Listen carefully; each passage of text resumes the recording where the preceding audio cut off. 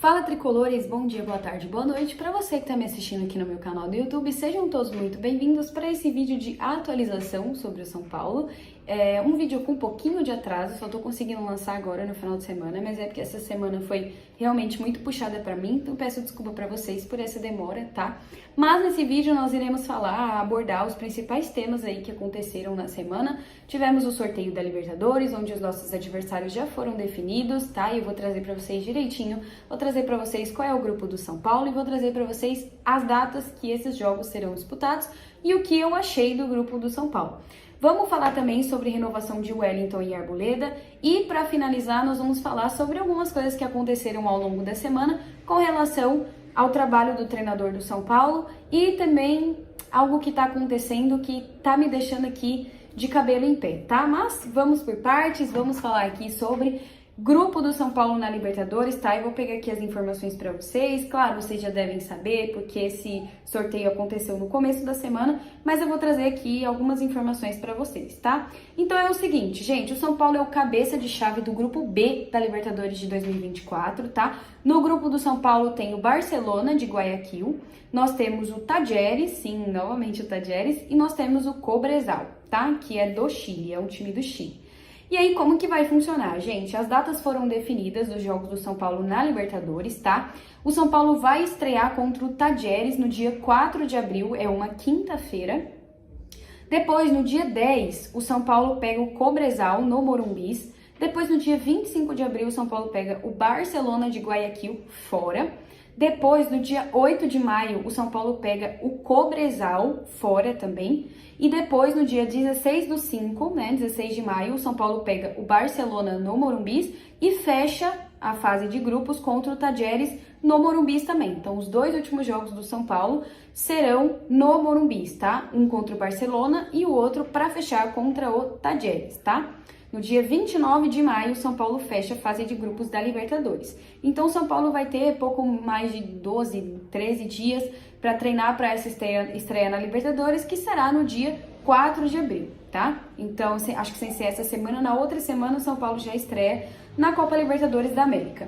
O que eu achei desse grupo do São Paulo? Eu acho que tem um certo nível de dificuldade, não é o grupo mais difícil da Libertadores, tá? Eu acho que tem um grupo pior, eu acho que tem times que estão em grupos piores, mas São Paulo precisa de uma coisa para passar nesse grupo, jogar bola. Porque, sinceramente, gente, o mais fraquinho desse grupo é o Cobresal. Se vocês olharem os últimos jogos do Cobresal, eles não têm uma vitória. Então, é o time mais fraquinho do grupo. Eu acho que o Talleres e o Barcelona tendem a dar um pouco mais de dificuldade para o São Paulo. O Talleres, naturalmente, né? Nós conhecemos bem esse time e nós vamos estrear contra eles no estádio em que o São Paulo perdeu a Sul-Americana. Então, tem muita coisa envolvida e o Barcelona também, se não me engano, tem problema de altitude.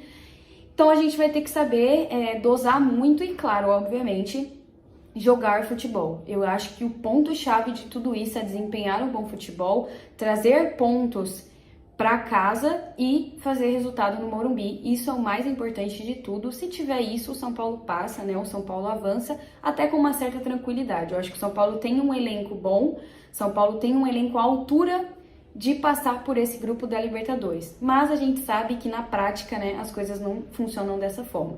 Nós vimos aí o Campeonato Paulista, em que o São Paulo caiu num grupo extremamente difícil, conseguiu se classificar na Bacia das Almas, mas foi eliminado na fase seguinte porque não jogou futebol, né? Então, é só isso que me preocupa. O grupo em si do São Paulo não me preocupa. O que me preocupa é o desempenho do time nos últimos jogos e ver que não aconteceu nenhuma mudança, né, para essa estreia na Libertadores. Mas enfim, basicamente sobre a Libertadores é isso, tá? Esses são os times que o São Paulo irá enfrentar na Copa Libertadores e as datas aí que eu disponibilizei para vocês de quando tudo irá acontecer, né? Quando o São Paulo vai estrear e quando o São Paulo vai fechar a fase de grupos. Então, fechado esse assunto, agora vamos falar sobre as renovações, né? A renovação do Arboleda tá um pouco travada. o jogador tá pedindo, não sei se o jogador ou o empresário tá pedindo um pouco a mais, o São Paulo tá tentando negociar, mas isso é extremamente normal. A diretoria do São Paulo espera um desfecho positivo, espera que o São Paulo realmente consiga renovar com o Arboleda, e eu de fato espero. O Arboleda é um dos melhores zagueiros que tem no Brasil, apesar de estar em baixa nesses últimos jogos, mas assim, o time inteiro do São Paulo tá num declínio absurdo, é difícil a gente achar uma pessoa, um jogador para elogiar no time, eu acho que são poucos que a gente consegue elogiar. Mas a gente sabe do potencial do Arboleda, a gente sabe que é um excelente jogador, então eu de verdade espero que o São Paulo renove e consiga renovar com ele.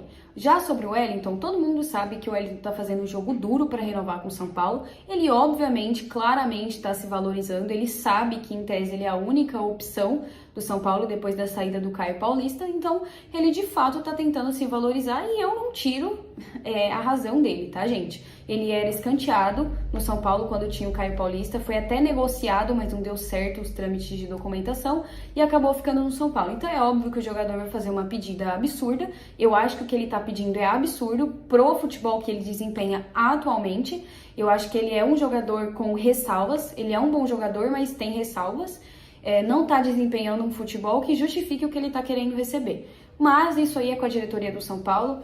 Minha opinião é que acredito que ele não vai renovar, então o São Paulo já tem que começar a pensar para trazer um substituto para ele, porque de fato ele não vai renovar, ele vai assinar um pré-contrato com outra equipe, provavelmente do Brasil, tem times no Brasil interessados por ele, então eu acho que ele vai acabar saindo do São Paulo. Então, quanto mais cedo o São Paulo começar a buscar um substituto para ele, melhor, né? Pra gente não ficar sofrendo, porque aparentemente o Patrick Lanza não existe para o Thiago Carpini, né? Então, a gente vai ter que ir realmente aí no mercado buscar um jogador, tá? Então, assunto de renovação finalizado, vamos fechar esse vídeo aqui falando sobre algumas coisas que aconteceram, né, nessa semana pós-eliminação do São Paulo. Eu acho que toda pós-eliminação sempre traz um debate. Quem tá errado, quem tá certo, o que deu errado, o que deu certo, por que aconteceu isso, por que não foi dessa outra forma, o que a gente vai fazer agora, vai trocar treinador, não vai, enfim. A diretoria decidiu manter o Thiago Carpini, assim como fez com o Rogério Ceni no ano passado. A diretoria deu todo um respaldo para o Rogério Ceni e na primeira oportunidade demitiu ele. Acredito que é basicamente o mesmo que vai acontecer com o Thiago Carpini. Se ele não apresentar resultado na estreia da Libertadores, ele vai rodar. Isso é muito claro para mim, porque a pressão tá muito grande. Saíram muitas informações na mídia nessa semana, onde os líderes do elenco bancaram o Thiago Carpini e falaram que ele não ia ser demitido, que ele não deveria ser demitido. Isso me preocupa, tá? Porque eu acho que dentro de um clube de futebol existe uma hierarquia e essa hierarquia deve ser respeitada. Você, como jogador de futebol, você tem que se preocupar em exercer o seu trabalho. Fazer o que você sabe fazer de melhor, que é jogar bola. Você não tem que dar pitaco nas escolhas da diretoria. Porque é a diretoria que vai decidir se um jogador vai chegar, se um jogador vai sair, se um treinador vai chegar, se um treinador vai sair. E não vocês. Existe uma hierarquia, tá? Então, o líder do elenco falou... porque o trabalho do Thiago Carpini é excelente. A culpa não foi dele. A culpa foi de quem, então? Minha? Dos meus amigos aqui do canal? Dos torcedores do São Paulo? Dos 55 mil torcedores que lotaram o Morumbi para ver o time ser eliminado? De quem foi a culpa? Quem treina o time do São Paulo? Mas os jogadores falaram que eles não conseguiram exercer o que o Carpini trabalhou. Por que não conseguiram exercer? O Carpini tá falando latim? Ele tá falando inglês no treino, que vocês não estão conseguindo captar o que ele quer? Gente, conversa pra boi dormir, né? A gente nunca sabe o que realmente aconteceu do que sai na mídia e do que não aconteceu. A gente nunca sabe, que cada um traz uma informação. O que eu posso dizer é assim, postura lamentável do Carpini na coletiva. Totalmente desconectado da realidade. Totalmente desconectado da realidade. Não falando nada com nada.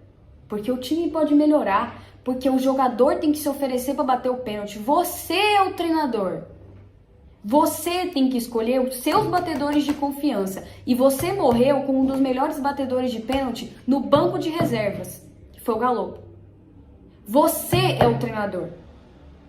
Você. Uma coisa é dar autonomia para os jogadores. Outra coisa é você ser capacho de jogador. Você escolhe quem vai bater o pênalti. Não é, eu quero bater. Eu quero. Não, eu quero. Você escolhe a linha de frente para bater o pênalti. Não são eles. Por isso que eu tô falando da hierarquia. Quando os jogadores passam a ter mais poder do que o treinador, isso é um problema. Porque mostra que o treinador não tem autonomia. Ele pode falar pra você fazer A e você falar, não quero fazer, eu vou fazer B. Cadê a autonomia do treinador? Isso tá errado, gente. Tá errado. Porque o Rames não se ofereceu pra bater. A declaração do Lucas, te amo de paixão. De paixão. Mas pra que essa declaração? Pra que falar isso? Pra que? Gente, sempre que vocês forem falar algo na vida, se questionem. Por que eu vou falar isso? Com qual finalidade? Será que se eu falar isso vai pegar bem? Lucas, pelo amor de Deus. Ele não quis bater. Aí pronto, você cria um problema na mídia que vira um pandemônio. Porque é isso que aconteceu. Nessa semana, o que eu mais vi foi desvio de foco. Muita gente começou a bater no Rames Rodrigues porque ele não quis, não se sentiu confiável de bater o pênalti, começou a bater nele porque tem crise no elenco ou porque o elenco não se bate com ele, porque isso, porque aquilo. Vocês começaram um incêndio, sendo que o maior problema tá lá. Tá com boné de treinador. Esse é o maior problema do São Paulo hoje. O maior problema do São Paulo é o que o São Paulo apresenta em campo. Dentro das 4 linhas, esse é o maior problema do São Paulo. E aí teve um desvio de foco, onde pessoas importantes, que têm voz e falam sobre o São Paulo, desviaram o foco. O problema virou o Rames Rodrigues. Sim, esse virou o problema. O Rames Rodrigues. Igual quando teve a polêmica com o Palmeiras, o São Paulo foi extremamente roubado contra o Palmeiras e o foco foi a xenofobia. Esse foi o foco da mídia. Não foi o fato do São Paulo ter sido assaltado. Não, agora tá sendo assim. O foco não é o futebol podre apresentado pelo time do Thiago Carpini. Não, o foco é o Rames Rodrigues que não quis bater pênalti. O problema não é o São Paulo, em 90 minutos de partida, ter feito 86 lançamentos. Esse não foi o foco. A culpa é do Rames Rodrigues que não quis bater pênalti. E sabe quem dá engajamento para isso? A torcida do São Paulo, que cai na onda. Cai na onda dessas pessoas que querem mudar o foco. Não, vamos deixar o Thiago Carpini trabalhar. Vamos deixar ele fazer o trabalho dele. Que trabalho, gente? Por favor, me falem qual é a diferença do trabalho do Thiago Carpini para o trabalho do Rogério Ceni antes de ser demitido. Qual é a diferença entre os dois? Nenhuma. É um time sem padrão, sem técnica, sem tática, sem nada. É um time horrível esse time do São Paulo. Horrível. Vocês acham que vai melhorar? Porque eu não tenho fé nisso. Desculpem, não tenho fé nisso. E acho que é um grande erro, é um atraso de vida você permanecer com um treinador para daqui 4 ou 5 semanas você mandar ele embora. Porque você não vai ver melhora. E a Copa Libertadores é o foco do São Paulo esse ano. Vamos ver como o time vai se comportar, né? Enfim. Deixem aqui nos comentários o que vocês acham a respeito de tudo que aconteceu, desse desvio de foco, do grupo do São Paulo também, se vocês acham que o grupo do São Paulo é um grupo difícil, se o São Paulo vai passar com tranquilidade, deixem aqui nos comentários, tá? Mas eu vou tentar responder vocês, tá bom? Então, ó, minhas redes sociais estão aqui embaixo, me sigam lá, tá? Conversem comigo, compartilhem o meu vídeo, o meu canal para outras pessoas, meu canal tá crescendo bastante, faltam apenas 200 seguidores para eu atingir a marca de 2.000 seguidores aqui no Instagram, o que já é uma marca muito grande para quem começou o canal agora, tá? Então assim, gente, de todo o coração, compartilhem o meu canal se vocês gostarem do que eu falo.